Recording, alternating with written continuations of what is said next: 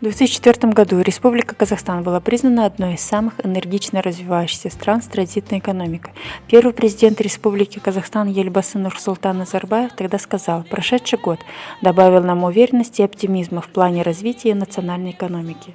Совокупный рост валового внутреннего продукта за последние 4 года составил почти 50%.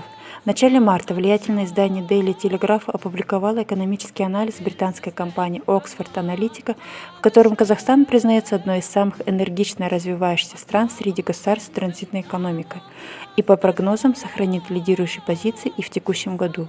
В очередном послании народу Казахстана, конкурентоспособному Казахстану, конкурентоспособной экономике, конкурентоспособной нации, первый президент Республики Казахстан подчеркнул, что главным приоритетом развития государства является экономика и ее конкурентоспособность.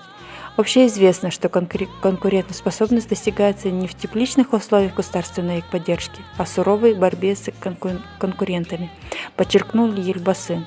19 сентября 2004 года ознаменовалось выборами в Нижней палате парламента Мажилис, которые прошли по смешанной системе. Кандидатов в депутаты Мажилиса парламента баллотировалось 513 человек.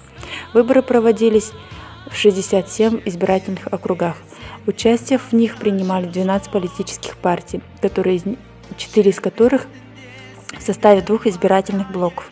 Запомнился 2004 год открытием железнодорожной магистрали, соединяющей север Казахстана с западными регионами.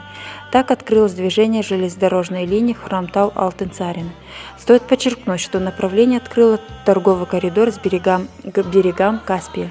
Это повысило конкурентоспособность казахстанского зерна, сократило затраты на перевозку руды из северных и центральных регионов в Актау.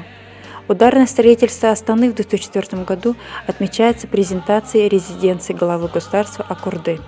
Здание президентского комплекса – детище казахстанских архитекторов и знаменитых европейских дизайнеров. Аккорда – уникальный архитектурный проект. Всего в резиденции 7 этажей, 2 из них подземные. Общая площадь здания – 36 720 квадратных метров. Высота вместе с шпилем 86 метров. На первом этаже расположен центральный парадный холл площадью 1800 квадратных метров. Высота 12 метров.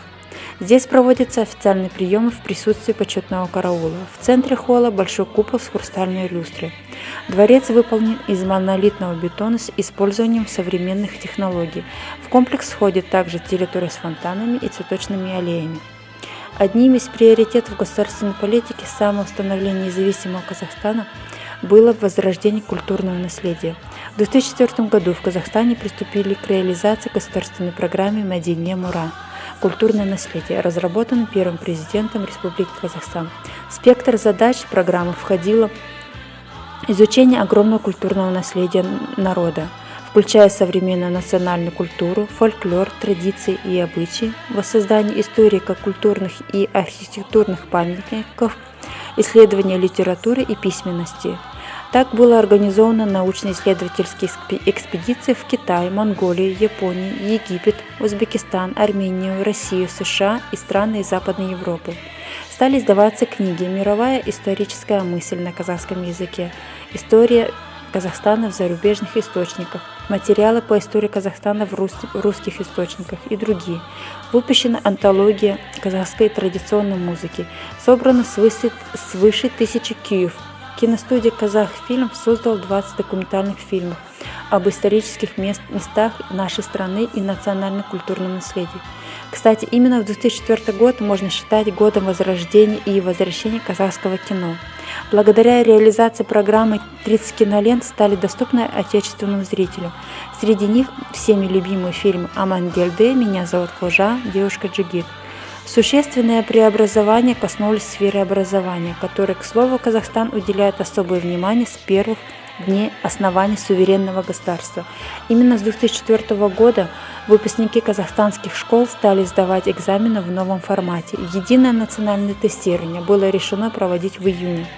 При этом все предметы школьники сдавали в один день. В перечень входило 5 предметов, из них 3 основных и 2 профильных. Максимально можно было набрать 140 баллов. Значимое событие произошло и в спортивной сфере. На летних Олимпийских играх в Афинах казахстанские спортсмены завоевали 8 медалей. Одна из них оказалась высшей пробы. Обладателем золотой награды Кубка Вэлла Баркер стал боксер из Тараза Бахтияр Артаев, победивший в финальном поединке двукратного чемпиона мира из Кубы Лоренцо Арагона.